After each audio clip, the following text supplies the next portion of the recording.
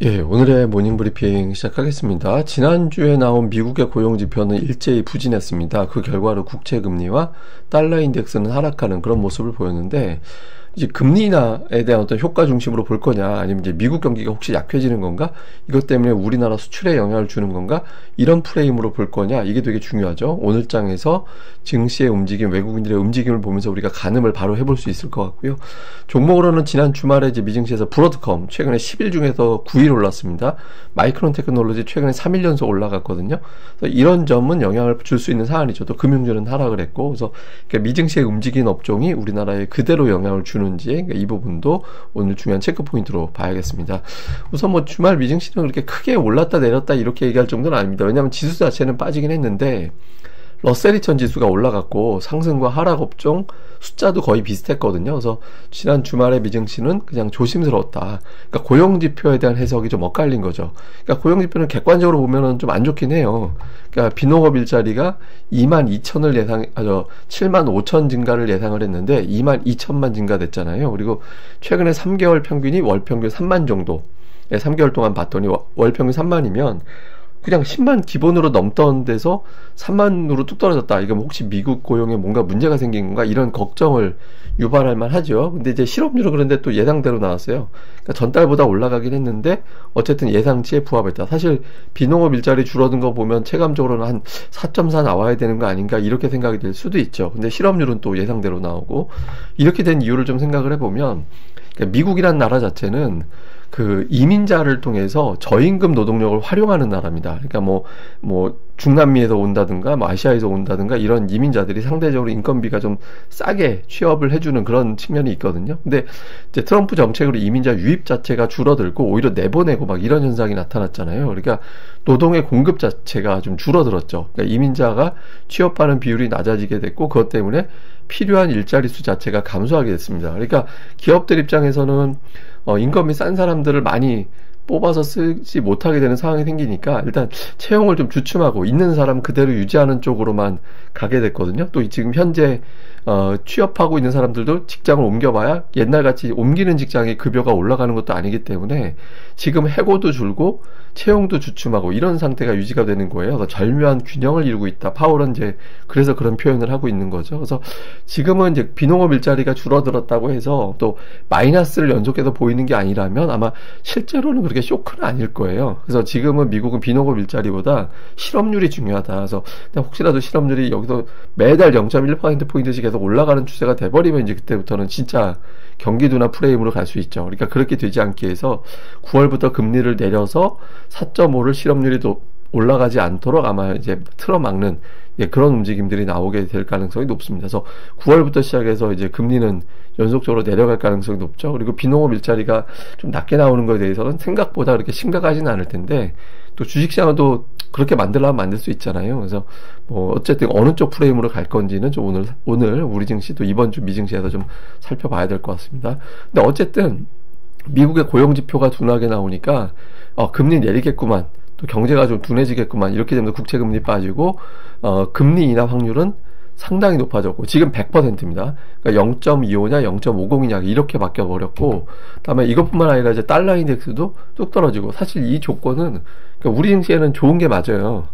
금리가 내려가고 달러가 떨어지는 거는 좋은 게 맞는데 아까도 제가 말씀드렸지만 사실 실제로는 미국이 경기 침체로 가지는 않을 것 같은데 막 둔화 이렇게 되면 둔화가 여러 번 반복되면 침체가 되거든요.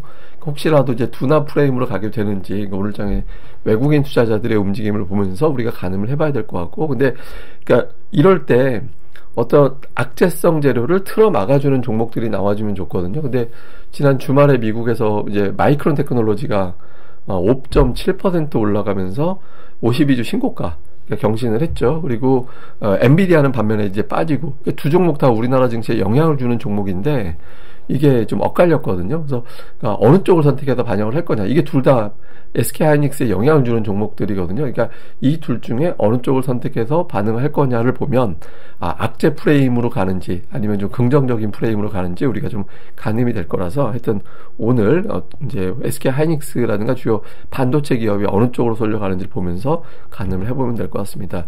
자, 코스피 지수는 최근에 이제 주가가 완만하게 올라가는 그런 모습을 보이는데, 제가 이제 보여드리고 싶은 건 주봉이에요.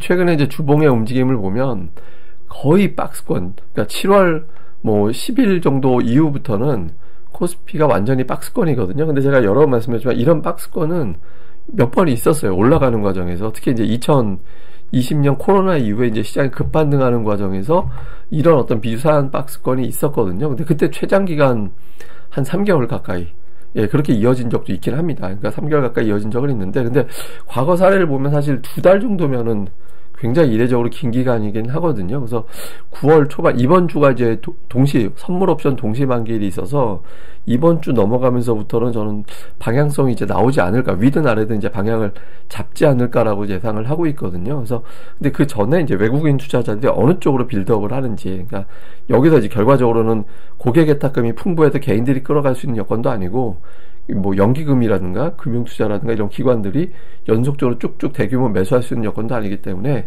이 구도에서 외국인 투자자들이 어느 방향으로 빌드업을 하는지, 그러니까 오늘 장에서 뭐 좀 오늘부터 이번 주 초반까지 좀 집중적으로 살펴보는 게 필요할 것 같습니다. 그리고 이제 코스닥 같은 경우는 고점이 낮아지는 추세선 상단에 걸려있는 그런 위치이기 때문에 오늘 장 일단 돌파만 해도 종가가 그 위에만 올라가서 줘도 돼요.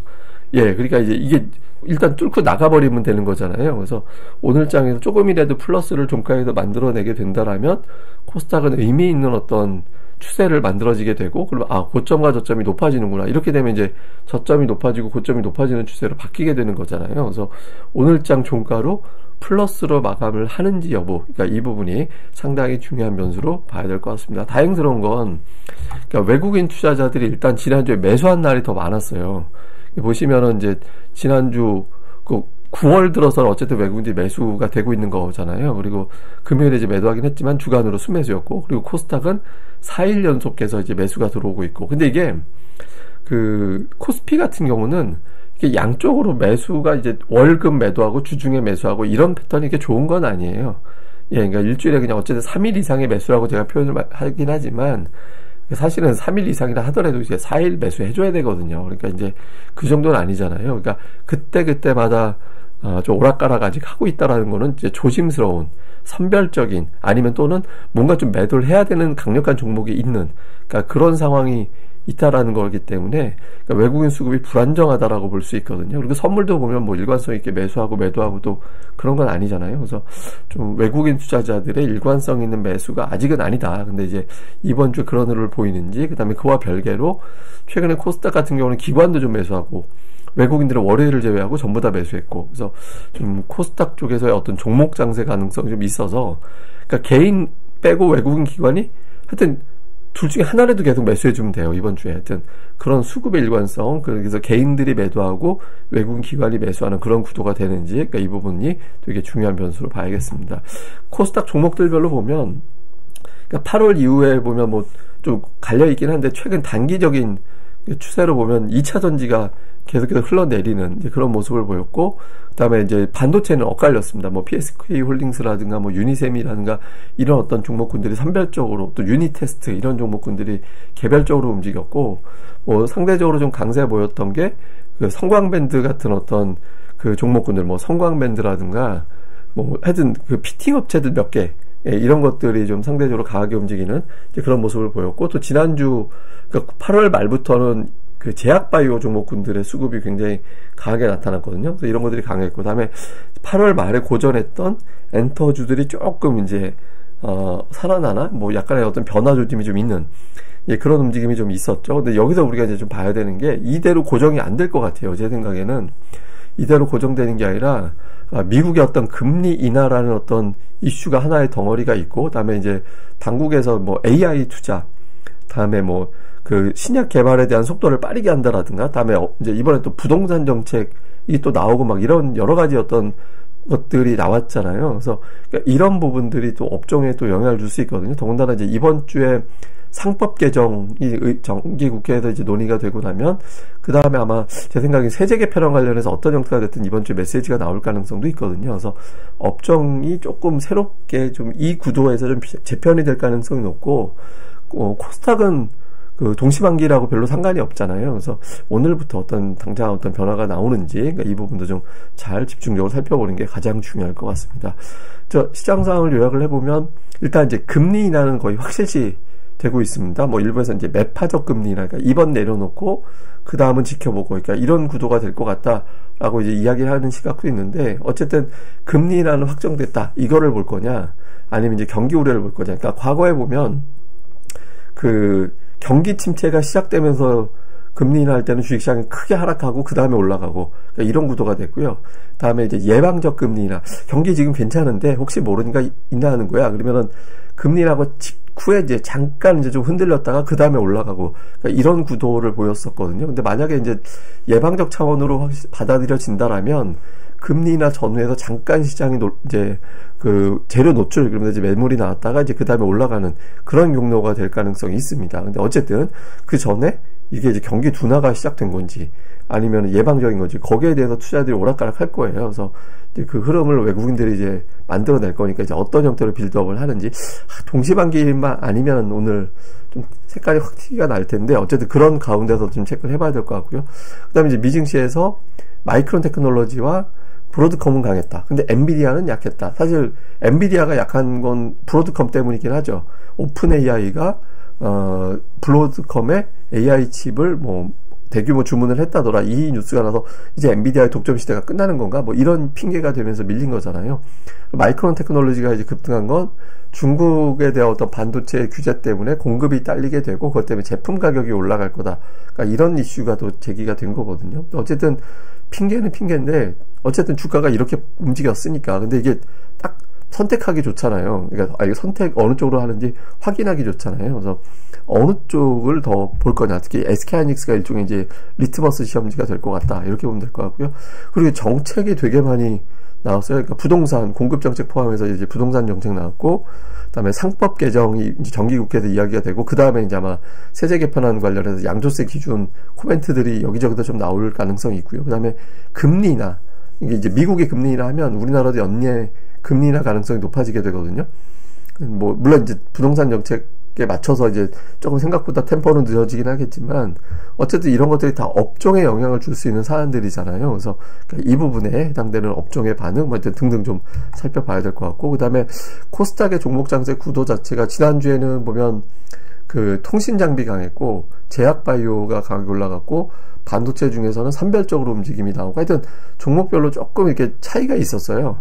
예, 그래서 지난주 강했던 업종, 그런 것들이었거든요. 그리고 이제 조선 부품주 중에 일부가 이제 올라가는 그런 모습이 나왔고, 2차 전지 약했고, 반도체 일부는 약했고, 하여튼 이런 구도였는데, 그러니까 이런 구도에서 이번 주는 이제 미국의 고용지표 시리즈가 끝난 상황이라서 어느 쪽을 집중적으로 볼 건지가 이제 조금 이번 주도 의미가 더 커질 것 같아요. 그래서 이런 부분들을 좀 잘 살펴보고, 저도 이제 시장을 마무리하는 방송에서는 계속 내용을 또 정리해 드리도록 하겠습니다.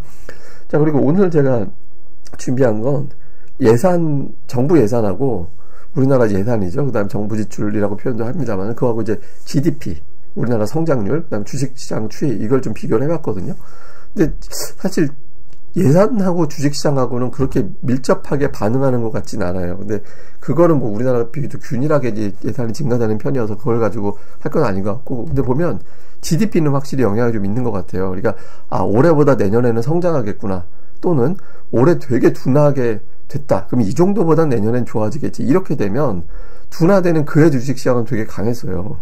예, 이거 보시면은 뭐 마이너스 성장률인데 그 다음에 4.6 올라가면서 그 전에 이제 주가는 되게 강했잖아요. 1.4에서 2.0으로 올라가는데 1.4 정작 안 좋았던 해에 되게 주가는 되게 강했고, 그러니까 지금 같은 경우는 내년도는 올해보다 한 2배 정도 이제 성장률이 예상이 된다라고 하거든요. 그러니까 이렇게 되면 또 올해 증시는 강하잖아요. 그러니까 일단 올해는 되게 강할 걸로 예상이 되는데, 이제 관건은 내년이죠. 그러니까 2020년, 2021년 같은 어떤 흐름을 만들어낼 거냐, 아니면 뭐 다르게 갈 거냐, 이게 이제 되게 관건이라고 보여지는데, 어쨌든 지금으로서는 이제 금리 인하에 대한 해석이 어떻게 프레임을 만들어내는지, 그 다음에 이제 정책, 우리나라 예, 뭐 상법 개정, 그다음에 세제 개편안 관련된 내용들이 어떻게 나오는지에 따라서 내년도까지 가겠구나라고 보면서 이제 좀 연말까지 올리고 내년도 또 가고 이런 구도가 될지가 아마 가늠이 될 거라서 향후에 나오는 정책에 대한 내용 이 부분 잘 살펴보는 게 중요할 것 같습니다. 예, 그럼 또 오늘 하루 또 잘 보내시고요. 저는 다음에 뵙겠습니다. 이 방송 구독하기와 좋아요 꼭 부탁드립니다. 감사합니다.